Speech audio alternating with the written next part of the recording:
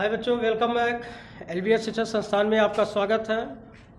बच्चों, आपको ग्रामर जो भी पढ़ाए जा रहे हैं उन्हें आप हार्डली डीपली लर्न करें, एकदम दिमाग जो है अपना कॉन्सेंट्रेट रखें और जो भी बताई जा रही है उसको पढ़ें, पुनः पढ़ें, पढ़कर उसकी प्रैक्टिस आप ज़रूर करें, क्योंकि किताबों में सभी ग्रामर के लिए एक्सरसाइज लगभग दिए हुए हैं।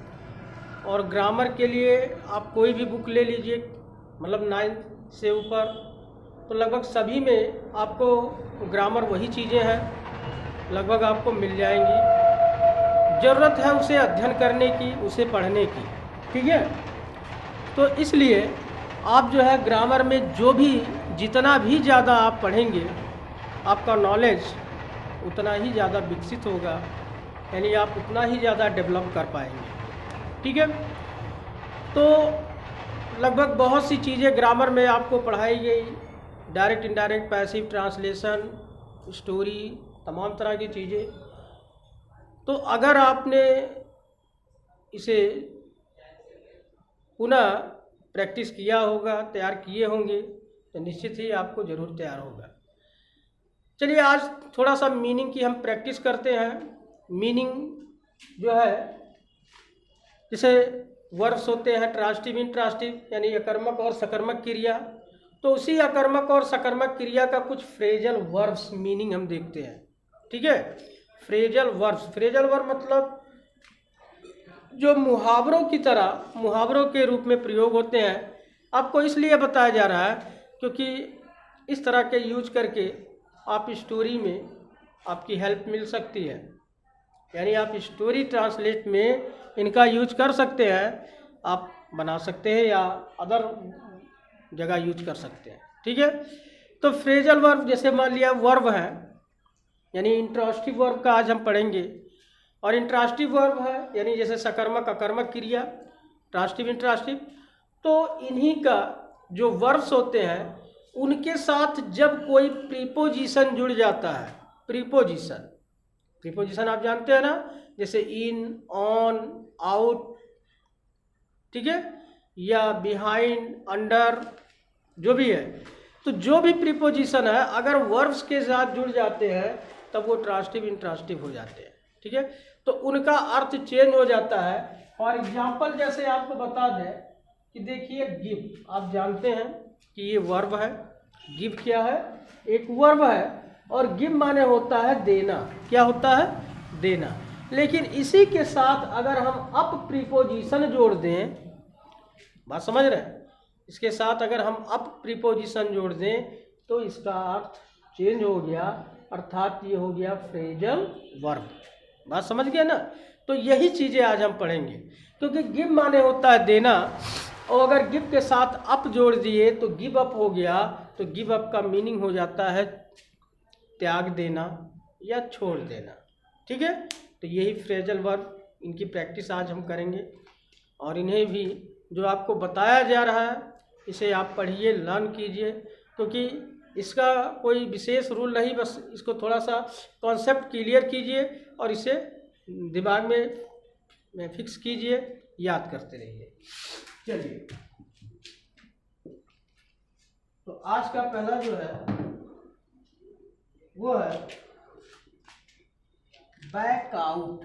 देखिए BACK, बैक आउट, ठीक, बैक आउट। चलिए इस तरह से यहाँ हम लिखते हैं, ये phrasal verb PHRASAL, phrasal verbs, ये फ्रेजल वर्ब्स हो गए। इसके बाद फिर हम लिखेंगे meaning in English, meaning in English, यानी उसका सेकंड मीनिंग, उसकी सेकंड मीनिंग भी आप लिख सकते हैं, ठीक है। और मीनिंग यहाँ पर हो जाएगा मीनिंग इन हिंदी, यानी उसका अर्थ, ठीक है। तो इस तरह से चलिए आप देखते हैं। पहले फ्रेजल वर्ब, फ्रेजल वर्ब का सेकंड मीनिंग क्या होता है, उसकी हिंदी क्या होती है, ठीक है। तो ये चीज़ें चलिए हम पढ़ते हैं, लर्न करते हैं। तो चलिए पहला है बैक आउट, बैक आप जानते हैं बैक आउट। बैक आउट का मतलब होता है बैक मीन्स पीछे, आउट मीन्स बाहर, अलग अलग अगर देखा जाए, लेकिन दोनों अगर कंबाइन हो गए, वर्ब में प्रीपोजिशन जुड़ गया तो बैक आउट का मतलब दूसरा हो गया, अर्थ दूसरा हो गया। इसकी सेकंड मीनिंग है, ध्यान दें कि विथ ड्रा, ठीक है, from A promise, withdraw from A promise, ठीक, विथड्रा फ्रॉम ए प्रॉमिस, यानी मतलब है वायदे से पीछे हटना, मतलब है वायदे से पीछे हटना, यानी वादा से पीछे हटना, वचन से पीछे हटना। बात समझ गए? तो किस तरह देखिए यहाँ अर्थ चेंज हो गया, अर्थ इसका बदल गया, ठीक। तो वही चीज़ है बैक आउट। बैक आउट का सेकंड मीनिंग है withdraw from promise, withdraw from promise यानी वायदे से पीछे हटना, ठीक। चलिए दूसरा है ब्रेक अप। ब्रेक माने तोड़ना, लेकिन अप जुड़ गया तो ब्रेक मीन्स अप क्या हो गया, डिस्पेयर। ध्यान दें इसका second meaning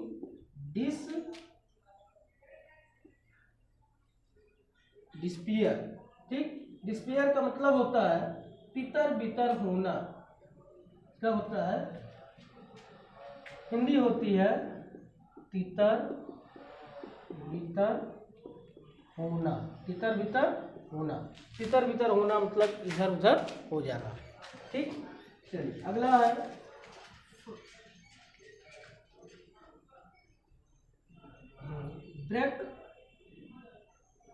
break out.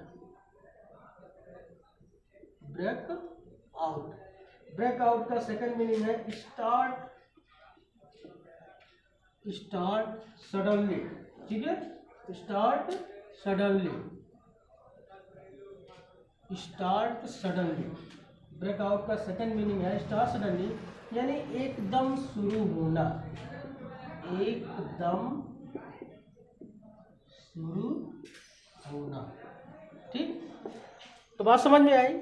Break out का सेकंड मीनिंग है स्टार्ट सडनली, यानी एकदम शुरू होना, ठीक। चलिए अगला है फॉल आउट। देखिए फॉल आउट, इसकी सेकंड मीनिंग है QUARREL, क्वारल। आप जानते हैं क्वारल मतलब होता है झगड़ा। क्या होता है? झगड़ा, ठीक है। जबकि क्वारल होता है, लेकिन इंटरेस्टिंग यानी फ्रेजल वर्ब में फॉल के साथ यदि आउट जुड़ गया तो फॉल आउट का मतलब हो गया झगड़ा। बात समझ गए? चलिए अगला है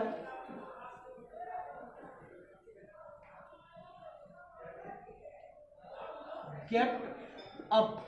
ध्यान दें, गेट अप का मतलब होता है राइज मतलब होता है जागना या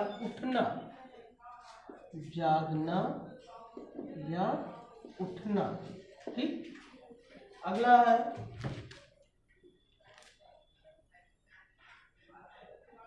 गो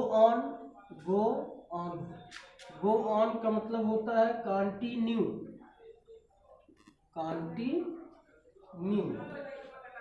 ठीक। कंटिन्यू का मतलब होता है जारी, कंटिन्यू रखना माने जारी, ठीक। नेक्स्ट आपका है मेक ऑफ, मेक ऑफ का मतलब होता है रन अवे। क्या होता है? Run away. मेक ऑफ का मतलब होता है रन अवे माने रफू चक्कर होना, होता है रफू चक्कर होना माने भाग जाना, ठीक है। रफू चक्कर होना मतलब भाग जाना। फिर इसी तरह पास अवे। ध्यान दें PASS, पास AWAY, पास अवे का मतलब होता है डिसअपीयर, APPEAR। पास अवे का मतलब होता है डिसअपीयर, यानी गायब होना, क्या होता है? गायब होना या गुजरना, ठीक, गायब होना या गुजरना, ठीक। आगे है सेट इन या सिटी, सेट इन। सेट इन का सेकंड मीनिंग है बिगिन, BEGIN, बिगिन। बिगिन का मतलब होता है आरंभ होना, आरंभ होना, ठीक। तो बच्चों इसको नोट करते रहें और नोट करके इन्हें पढ़ें, लर्न करते रहें। ऐसे इंट्रांसिटिव, ये सभी इंट्रांसिटिव फ्रेजल वर्ब हैं।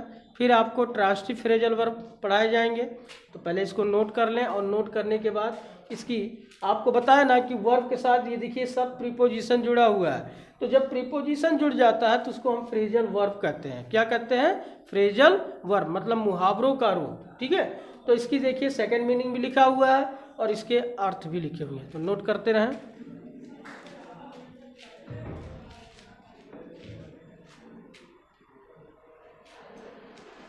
चलिए आगे और देखते हैं।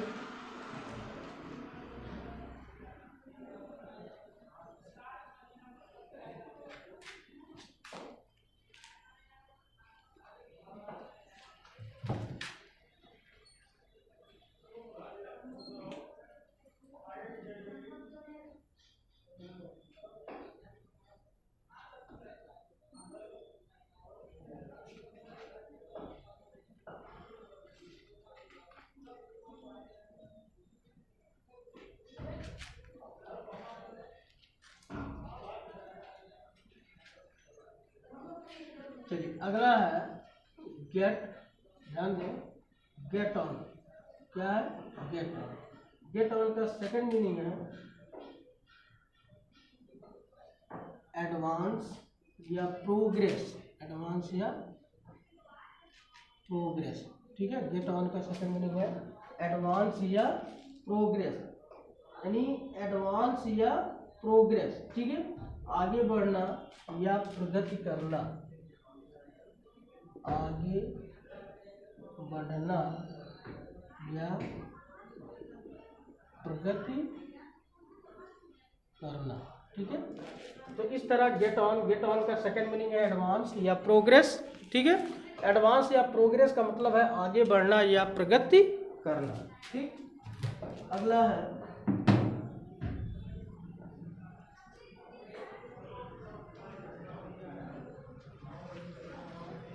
गिव इन, ध्यान दें, गिव इन।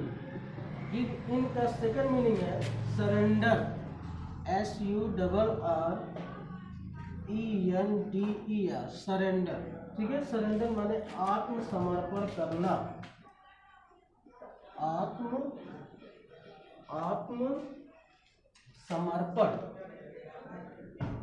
आत्मसमर्पण करना, ठीक है।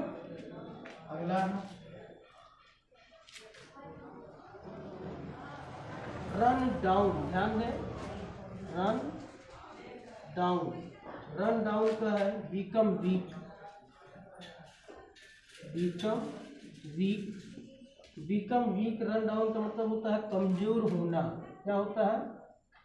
कमजोर होना, ठीक। आगे है set out. Set out, set out का सेकंड मीनिंग है start on a journey,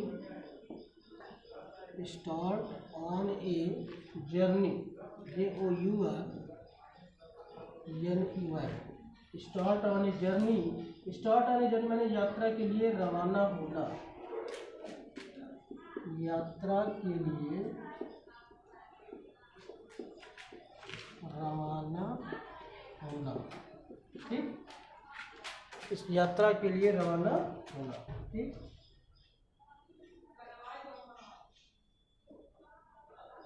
take off, अगला है TAK, take off. Take off का मतलब होता है leave the ground, leave the ground, leave the ground जहाज का भूमि छोड़ना, जहाज का भूमि छोड़ना, ठीक। वियर आउट माने वियर, वियर आउट, इसकी सेकंड मीनिंग है बिकम अनसर्विसेबल,